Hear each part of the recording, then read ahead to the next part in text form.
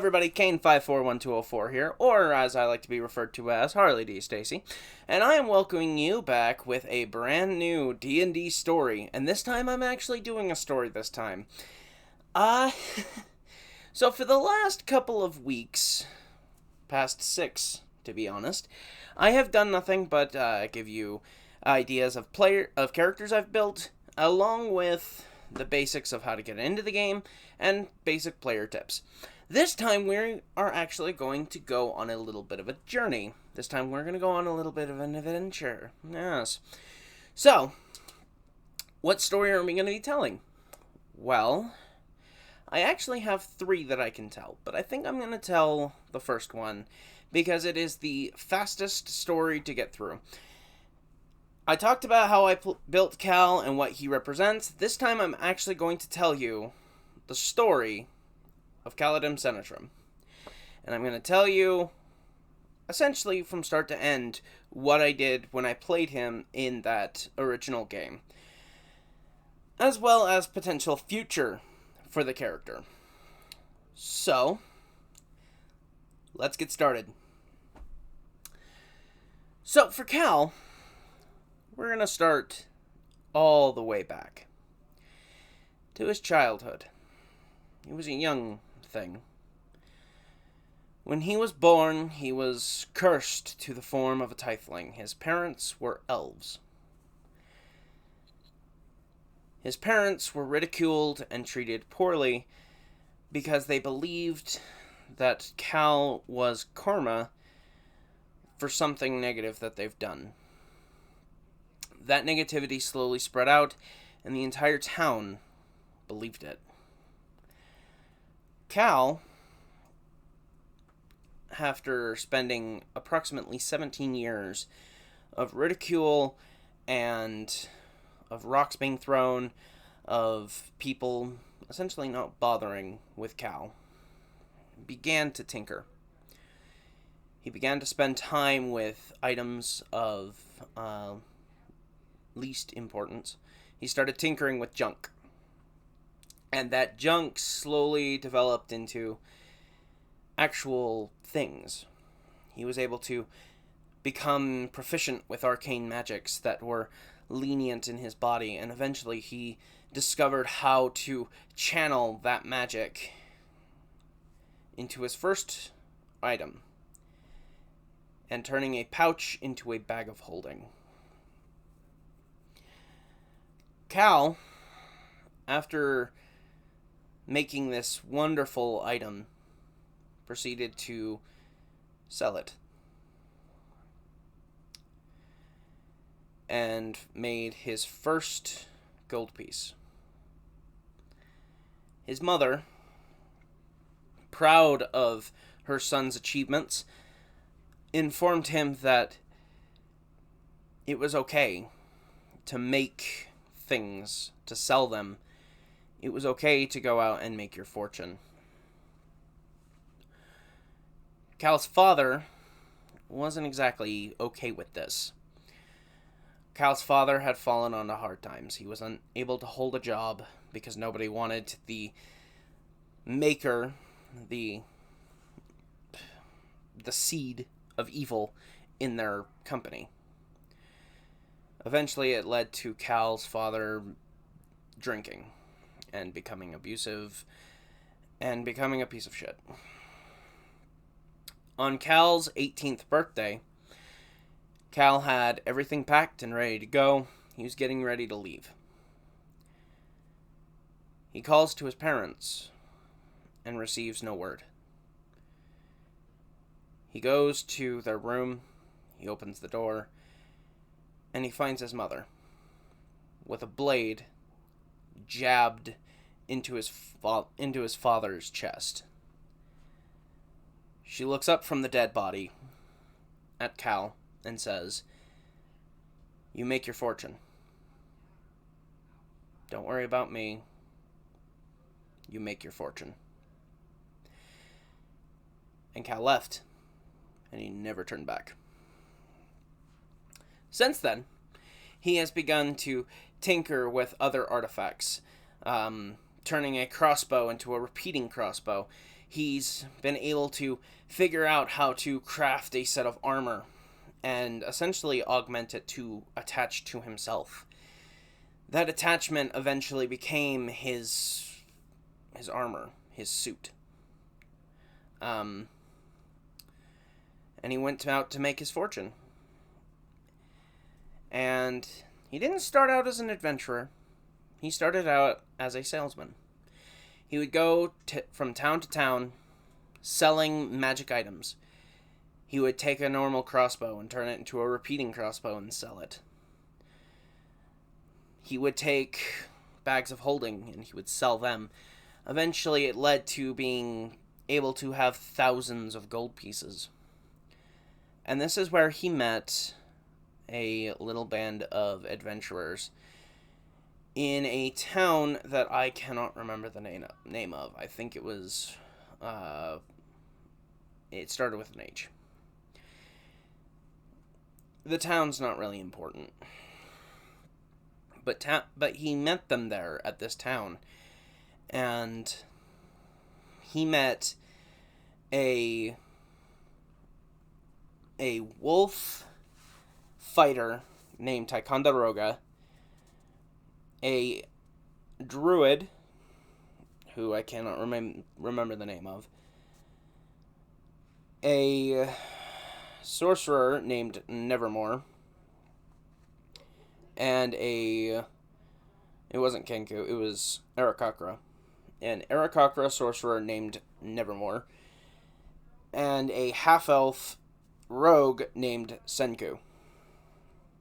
Now, before I entered into this group, there were only 4 players. One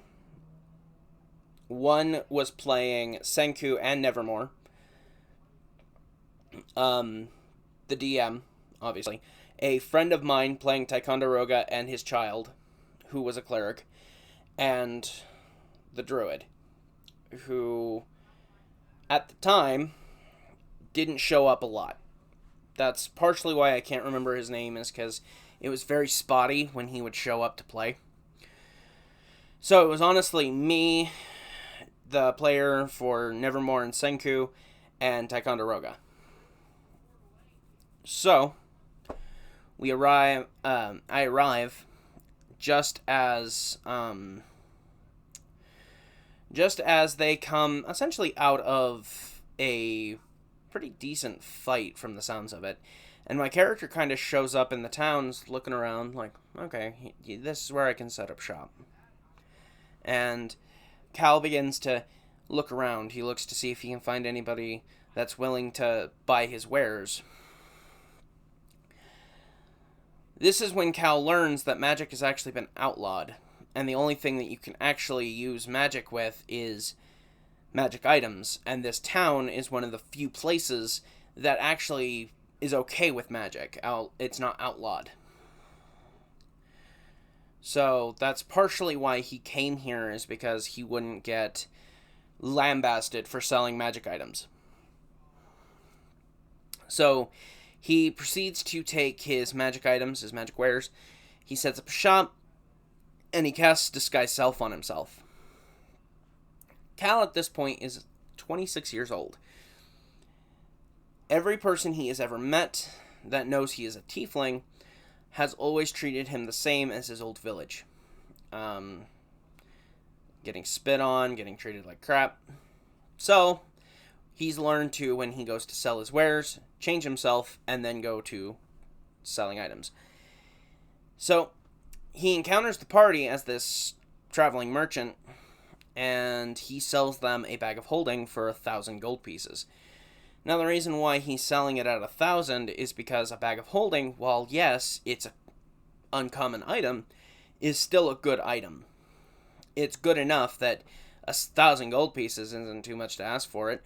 Plus, a lot of people are probably not going to be happy that you have a magic item on you, even though magic items aren't outlawed. So he takes the magic items, he sells them, sells the bag of holding to Nevermore, and goes from there to, well, essentially meeting the king. because he had received an invitation from the king. He's like, okay. He drops disguised self. He goes as himself. He arrives at the king's castle and finds out that the person he just sold a bag of holding to, Nevermore, is actually the king's brother. Kind of off to a tangent, Senku, Nevermore, and the king are all brothers. They all come from the same lineage, and they are children... They are children of the Raven Queen. Yeah, anyway. That is important. Trust me, it's important. It comes up a lot. So, Cal meets them and is like, oh, wow. So, you guys are actual royal blood. You actually have god blood in you. You're demigods. And they're like, well, yes, we're demigods, but our mother has decided to take that power from us until we've earned it. And to Cal, that's like, okay, that makes sense. It makes sense to Cal. Earn your power, earn your keep. Makes sense. So he meets the party, and the king is like, well, we know you're a skilled inventor. We know that you can actually make things that are very powerful. We want you to follow the party. I want you to follow them. I want you to be kind of like an inventor for them. I want you to think outside the box. Because I don't know if you know these guys, but these guys do not know how to think outside of a wooden box. His words. And it was like, yeah, okay, that won't be an issue. By the way, DM, I asked this. I've been traveling for about 20 years now. How much gold have I accumulated over that time period? And the DM was like, well, let me roll for it. Apparently he got like a max roll or something, because he gave me like 20,000 gold pieces, and it was like, okay, I'll start out with 20,000. I've essentially already made my fortune, which I haven't. And it's like, oh, great. DM, can Cal go to an armor shop? You're talking a blacksmith? Yes, I would love to go talk to a blacksmith. Can I? And he was like, yeah, okay. Why? And it's like, you'll understand. Go to a blacksmith. It's like, hail and well met. How can I help you? Yes, see, I would like to procure some of your scrap metal, by chance. Do you have any on hand that I could potentially use? I'm in desperate need of metal. Well, we have about 2 tons. And I have a lot of scrap. How much are you looking for? And I gave him about 5 pounds. I need 5 pounds of metal. And it's like, okay, well, that'll cost you about 20 gold pieces. Great. I take it. Is there any way that I can potentially use your forge? Why would you want to use my forge? You'll understand once I'm done making what I'm making. Go for it. I sit down with the forge. By the way, I had to make a persuasion check to convince the guy to let me use his forge. I got like a 19. Not bad. So I sit down with the forge and I just start smelting it. I start hammering away, and I essentially make a metal tube with little springs and sprockets, as well as a little hammer. Those who have watched the Cal video are smiling right now because they realize exactly what I'm making. So after about 2 hours in this smith, I'm just hammering away, the party finally decides, where's Cal? Let's go find him. They find me in the blacksmith shop. I'm still there. And after a while, I finish making it all up. I wrap everything up. I ask the blacksmith, do you by chance know where I can procure wood? And he's like, yeah, you can buy it at the general market. I want you to come back and show me what you made after you're done putting it together. And it's like, absolutely, I'll come back and show it to you as soon as I'm done. Go to the general store, and I go, okay, I need to procure a block of wood, a 4x2, nothing major, or 2x2 is more accurate. And they're like, that'll cost you a gold piece, nothing major. I was like, okay, take it. Start whittling down because I have proficiency with wood carver wood carver tools. He starts carving away. And he makes a stock. Every time I've made something, the DM asks for a sleight of hand / tool check, which is essentially where I take my sleight of hand plus proficiency again, in case I don't have it already, which I do, and I make a tinker's check. My sleight of hand, at this point, was like a +7, and the proficiency is a +2. So I already have a +9 on this. However, he said this was because of the fact that it was the first time it was ever being made.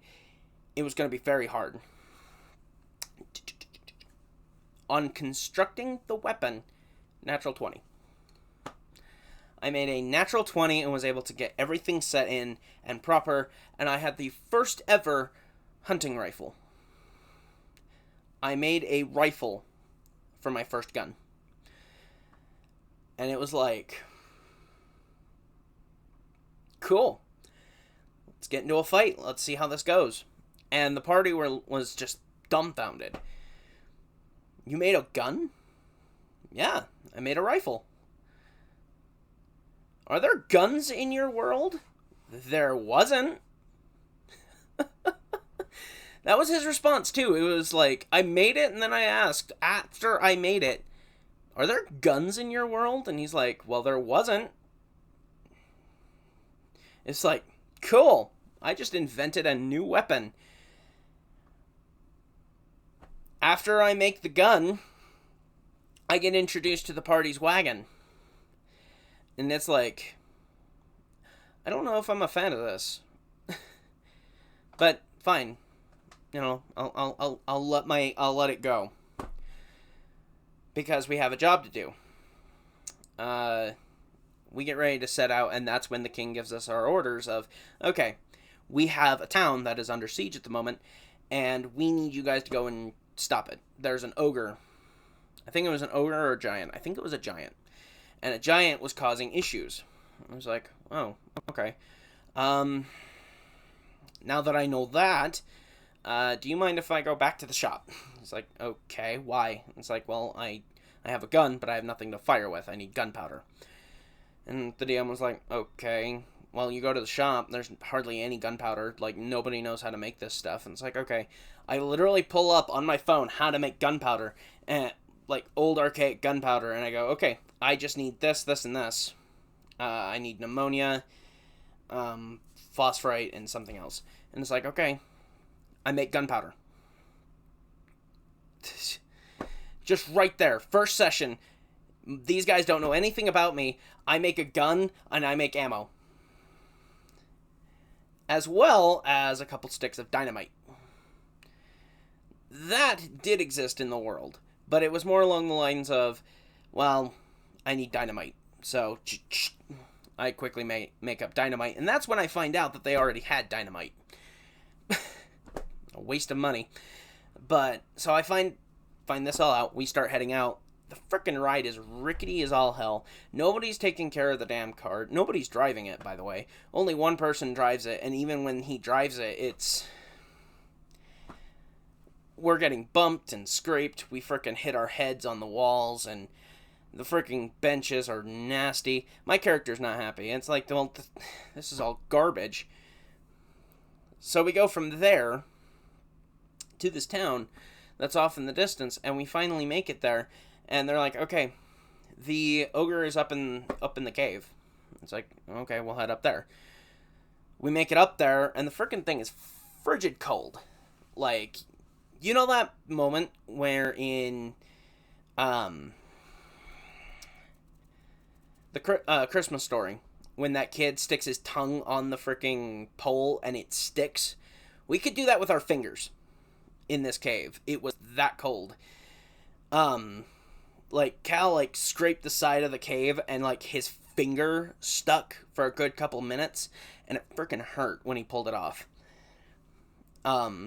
So, yeah, this thing was cold. We go in, it's a frost giant. That's what it was a frost giant. We step in, and the thing is, like, hoarding over just a ton of gold.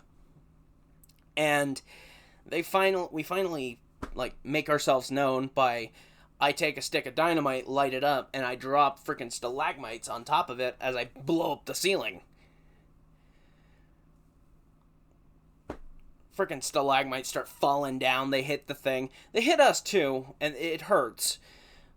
But we're okay. The thing is okay. We roll for initiative. End of session 1. And everybody just kind of looked at me and said, "You legit just built a gun in our first session." I was like, "Yeah, of course I did." Like, I told the DM this was my plan, and he was okay with it.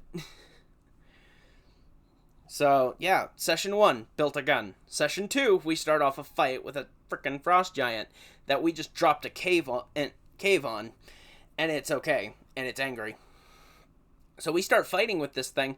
I pull out my gun, it's like, okay, I'm gonna give this a shot. Just boom! I hit. And if anybody knows anything about D&D, guns are a recent new thing, and they actually don't do a lot of damage. They're like a D10, depending on the weapon. Like a handgun is like a D10, a rifle is like 2D10. Nothing major, but it's still damage. So I just fire my gun, I hit, I managed to do a little bit of damage, and everything seems good. We make it through the fight, and we managed to kill it. It takes a minute, but we managed to do it. And, you know, the party's like, well, your gun's cool, but it's not doing a lot of damage. It's like, well, that's not the point of it. The point of it is to do what I'm doing with it. I'm being an inventor. I'm making things. This is what I want to do. And it's like, okay, whatever. You make a gun. It's cool. I put the repeating crossbow or the repeating ammunition infusion from the artificer's ability onto the gun. I no longer need to make ammo for the thing. Cool. I essentially have a magic weapon now, because it makes magic ammo that does magic damage. And it's like, great, I don't need a freaking... I'm essentially on the first fight with it. It was like, okay, the ammunition is a problem. I need to kind of figure out a way to get around that, because I can't just keep making ammo right now with where we're at. So I essentially just made it a repeating weapon until I could stockpile my stuff. And eventually it just kind of got to the point where it's like, well, I don't need the ammo anymore. Don't get me wrong, Cal still has like a bandolier of ammo that he made over the centuries, because he never knows when that, like, dispel magic could come off. He doesn't know if the repeating spell can come off of the thing. So he keeps ammunition just in case. Because if it does disappear, he can go, oh, okay. You know? That was the idea. So Cal can actually get into a fight and still fight. So we get back to the castle, and we raided that frost giant's frickin' tomb. I got like 60,000 gold pieces, and it's like, you really want to give me 80,000 gold pieces to start with? Okay, alright. I go back to the blacksmith, and I buy him out. Oh, I forgot to mention that when we killed that thing, I plucked the frost giant's toenails. Just straight off of its body. And I made everybody at that table squeamish. Because they're like, why do you need frost giant toes? Give me a minute, I'll explain. So, as an artificer, you actually get a couple skill proficiencies. At one point, you get another skill proficiency with tools. Well, I chose an alchemist kit. So he has woodcrafting, forging, and an alchemy. It's his backstory, I think. So I'm sitting down, and I've got like an alchemist table that I just start making stuff. I make 4 potions of frost giant strength. 4 potions of frost giant strength. My character's an inventor. He's trying to make things. I know that frost giant toes can be used for frost giant strength potions. I asked my DM, how well does my character know alchemy? You know, he's an alchemist. How much does he know? And he's like, well, what's your intelligence? It's 20. Your character's intelligence is a 20. Yeah, his intelligence is a 20. So is his charisma. Okay. Yeah, your intelligence is a 20. Your charisma is a 20. Okay. With your intelligence of 20, I want you to make an intelligence check. Okay. 20. 30. It's like, okay. With an intelligence check of 20, I would say you know a good chunk of potions. I'd say you know how to make basic healing potions, strength potions, stuff like that. And it's like, oh, I know strength potions. He's like, yeah. Great. I make frost giant strength potions using the toenails I clipped. Oh. If you think I'm lying about that, in the DMG with the strength potions, it actually says they use toenail clippings of giants. Wow. So every time you slug down one of them potions of fire giant strength, you're drinking a fire giant's toenail. Let that image sink into your mind for a minute. So I make 4 of these things. I go back to the blacksmith once we get to town. Once I'm there, I buy out his stock of metals. I spend 40,000 gold pieces on a ton of metal. And I'm like, well, I can't carry this back myself. Boop.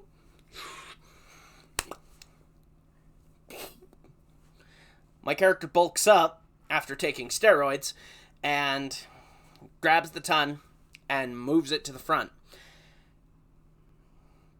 I take that ton and I worked on that wagon.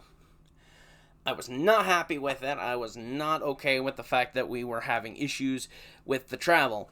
I gave the wagon a suspension. I made sure that the freaking seating was covered and made of cloth. I made sure that the thing could work on its own with automated horses.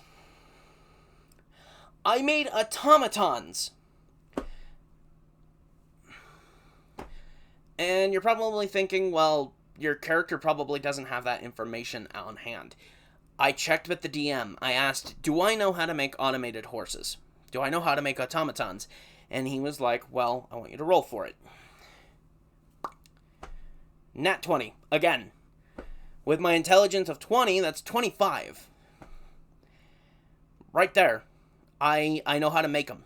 And my DM was like, Jesus Christ, dude. I rolled like 20 natural 20s in the 5 sessions Cal was in. I'm not even kidding. And that DM can back me up too. He will tell you flat out that I rolled that many. No fudging, no lying. Boom. Cal was a lucky motherfucker. But yeah, he makes automated horses. And then he's like, well, you know what? I'm not just happy with automated horses. I don't know how to get them going. You know what? I'm going to make another automaton. How much gold do I have? Or how much metals do I have? And he was like, well, rigging up the cart and the horses, you'd have to go buy his other ton to do it. It would max you out. Okay. That's not an issue. I go there, and I buy the rest of his gold, pack it back, and then the party's like, well, why don't you take a break for a minute? You've been at this for a couple hours. Why don't you go take a break at the tavern? And I was like, oh, okay. Can anybody spot... Actually, don't worry about it. We'll get to that. We go to the tavern so my character can kind of take a break. He's been at it for hours. They make it to the tavern, and they find out that the tavern sells a form of alcohol called an angelic shot. It's about a bottle that size, filled with a celestial magic that when drank will immediately make you drunk, intoxicated, and pass out. And that's if you live. It is for celestial beings only. my thought process is, why is this in a tavern? So we go in, we find out it's 1,000 gold pieces. My character looks over at the others and is like, hey, would you be willing to buy me a couple bottles of that? Couple bottles? Why? And I didn't explain it to him. I was just, you'll see when I'm done. And they're like, okay, fine. The friggin' bottles themselves are magic. So it's like, I can tell this liquid is so concentrated in magic, it may as well be raw. So the players are like, okay. They front me 10,000 gold pieces, because apparently they just have it on hand. They have like 100,000 gold pieces, and they're just like, yeah, 10,000 isn't a big deal. Fucking what? Okay, 10,000 gold pieces? You'll be really happy with me in a minute. I take both bottles, and I'm like, later, y'all. I have shit to do. And I run back to the automated critters. I pop one of them, and it's like, I wonder how this works. All over the automated horses. Like I said, I didn't have any real way of making them go. Like, I could oil them up, they would be fine. But getting them to actually move and essentially come to life was basically impossible. So I dumped the bottle and essentially just all over the frickin' horses until I had half a bottle, and it was like, okay. I stoppered the bottle and was like, okay, let's see if this works. Yeah, it worked. It worked enough to make these frickin' horses move at 100 miles an hour. If I did it at full speed, these things could move at 100 miles an hour. Whoa. Okay, good thing I reinforced the frickin' wagon, or else we'd be in major trouble. That's when I used the other ton of metal, which was mostly made of iron, and proceeded to make an iron golem. I made an iron golem because it was like, well, let's see if I can actually make this thing. And the DM was like, you know what? I'll let it go if you can actually make this happen. It's like, great. Bang, bang, bang. I'm sitting there. I spend literally 2 days, 2 points of exhaustion to make this thing. And my party's like, dude, you don't have to do this. And it's like, no, my character has to do it. He has to finish it. He will take the points of exhaustion. He will do it. 2 points of exhaustion later, he makes an iron golem that doesn't start.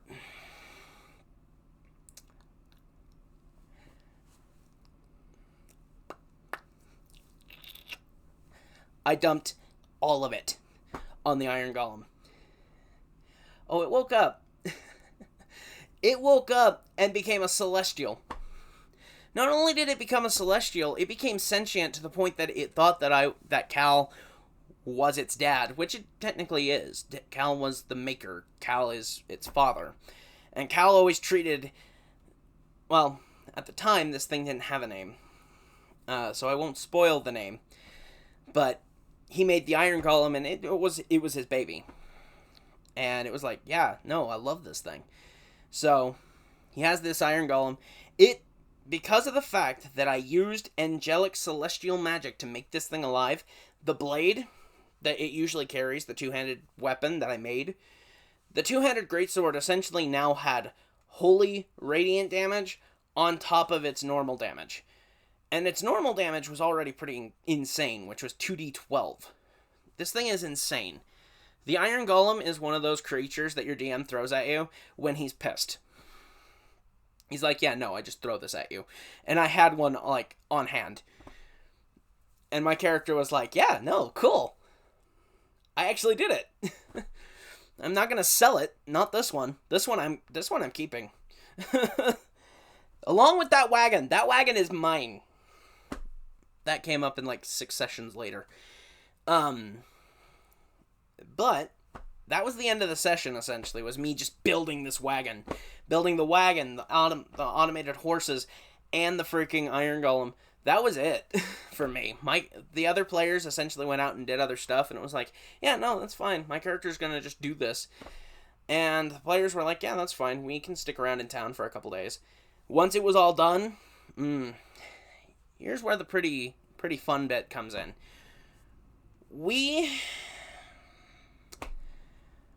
I missed an entire section. Ugh.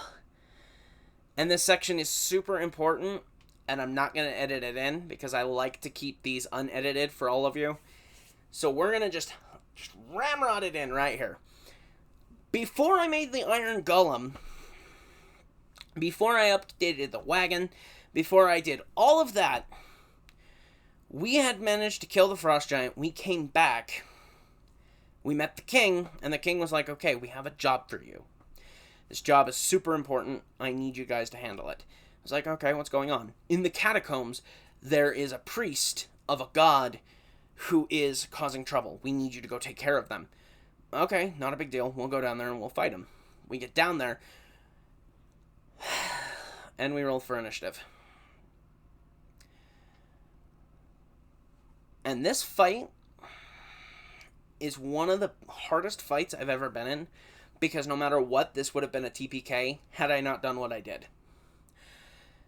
Even though the DM was like, well, I wasn't going to keep you guys dead. You guys were going to come back. And I was like, that's not what my character thought. My character thought we were legit dead. So here's what happened.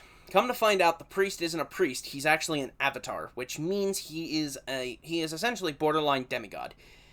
He is borderline so powerful that he can rival a demigod, which those of you who know mythology know that demigods are super, super powerful. I'm talking Hercules level powerful.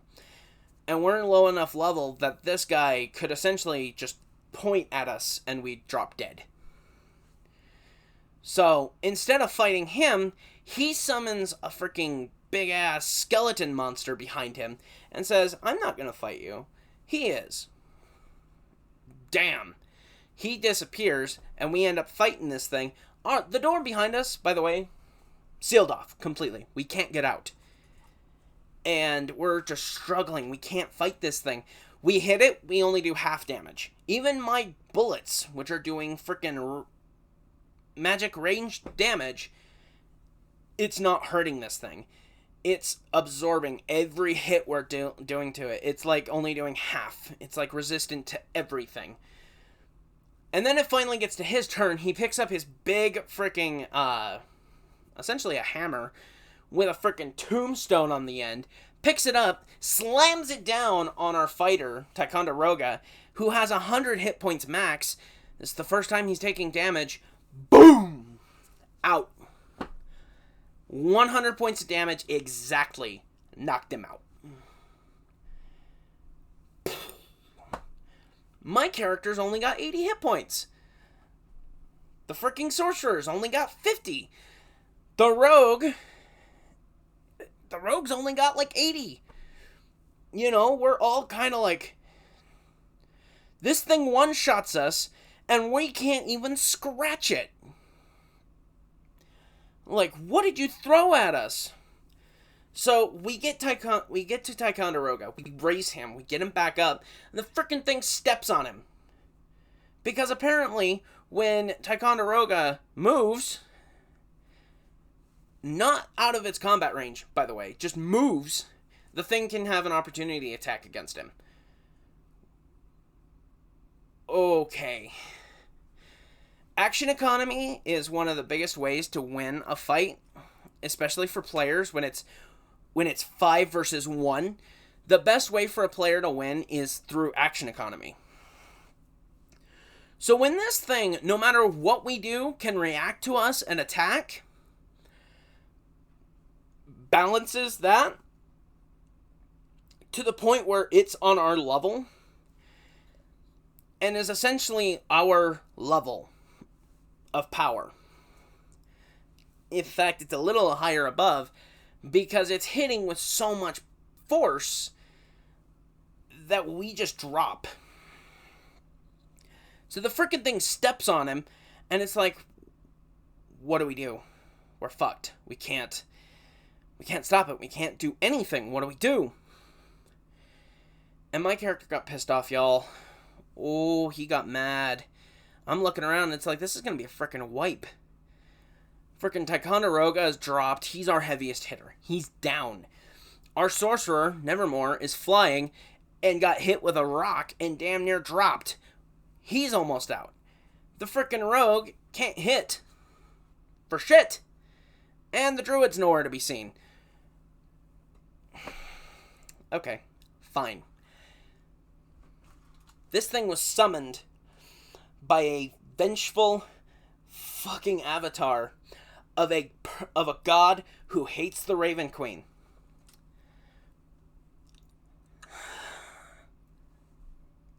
Fuck. What do we do? What do we do? What do we do? What do we do? I'm flipping through my spells. I can't find anything. I can't think of anything. And it's finally like, okay. Alright. Here's what we do. I stand up. I slam my hands down on the table. I stand up. I kick the fucking chair behind me 3 feet back. I look up at the DM and I say, alright, you raven bitch. This is your fault. This is your problem.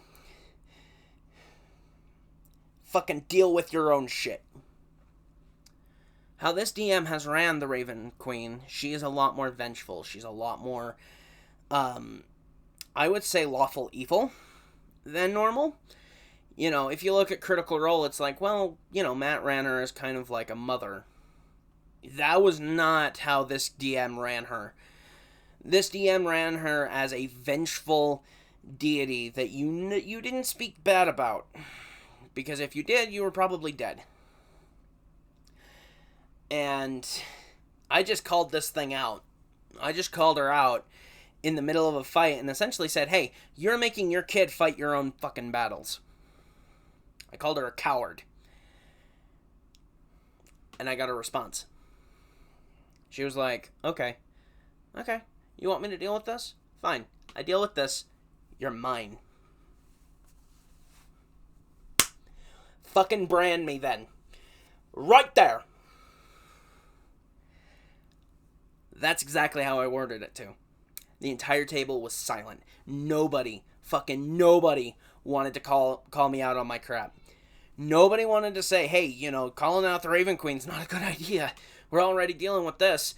And it's like, I don't care. There's one way in, there was one way out, and we lost that chance. We're stuck. We need some divine help. Apparently my role-playing was good enough I didn't even need a roll because a fucking Raven Queen slashes a big old hole out of my chest and comes crawling out of it, and it's like, oh no! She fucking steps out like the Grim Reaper with a fucking scythe. She obliterates the thing, and is like, okay.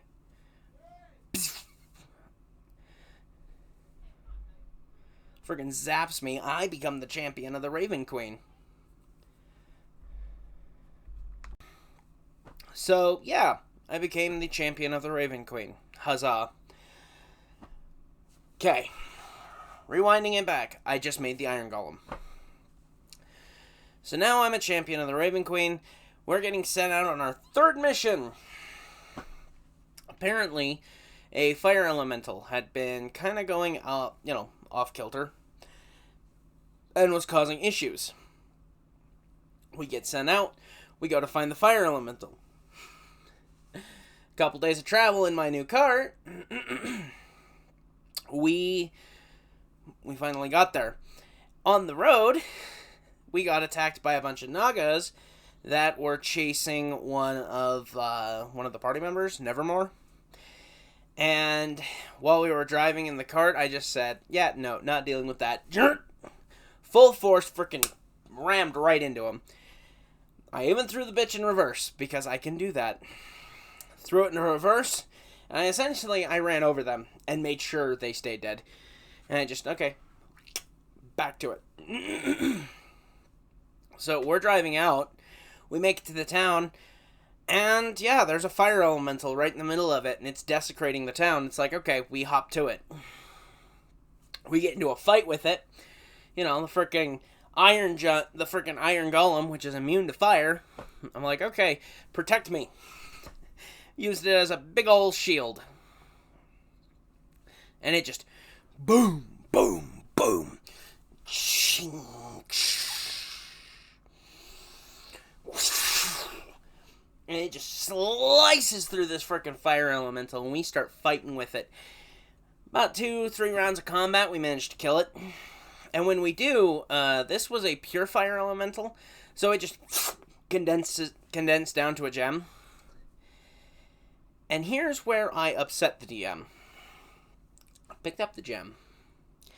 I had it. It was a gem of a fire elemental. So many things I could do with this. I look over.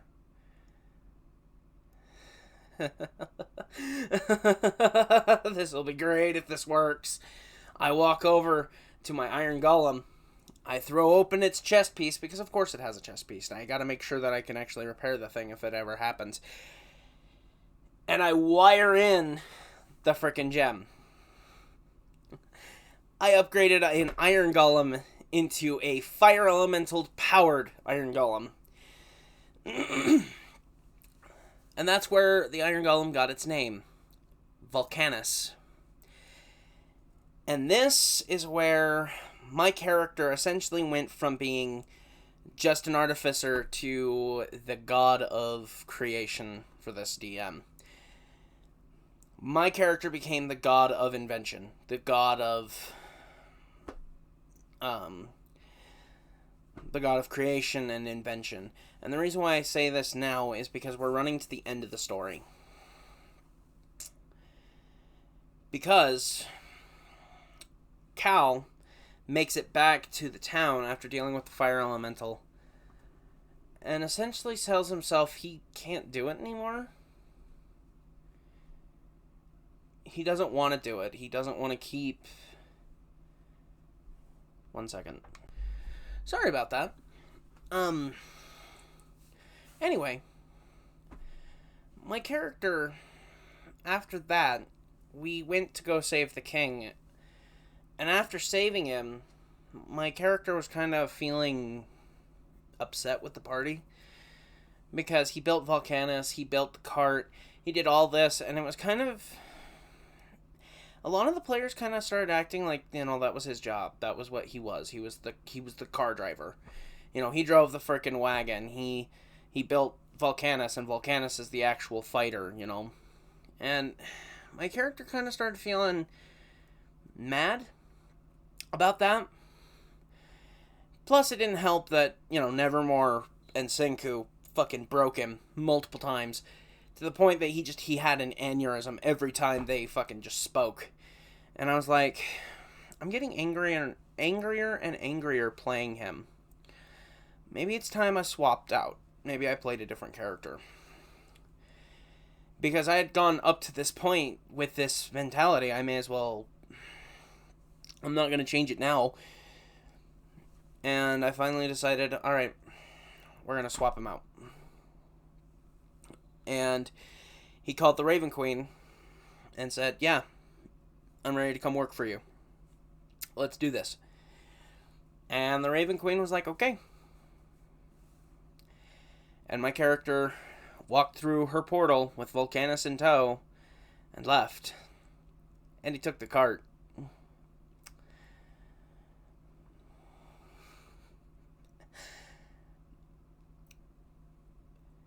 That was 6 sessions of game.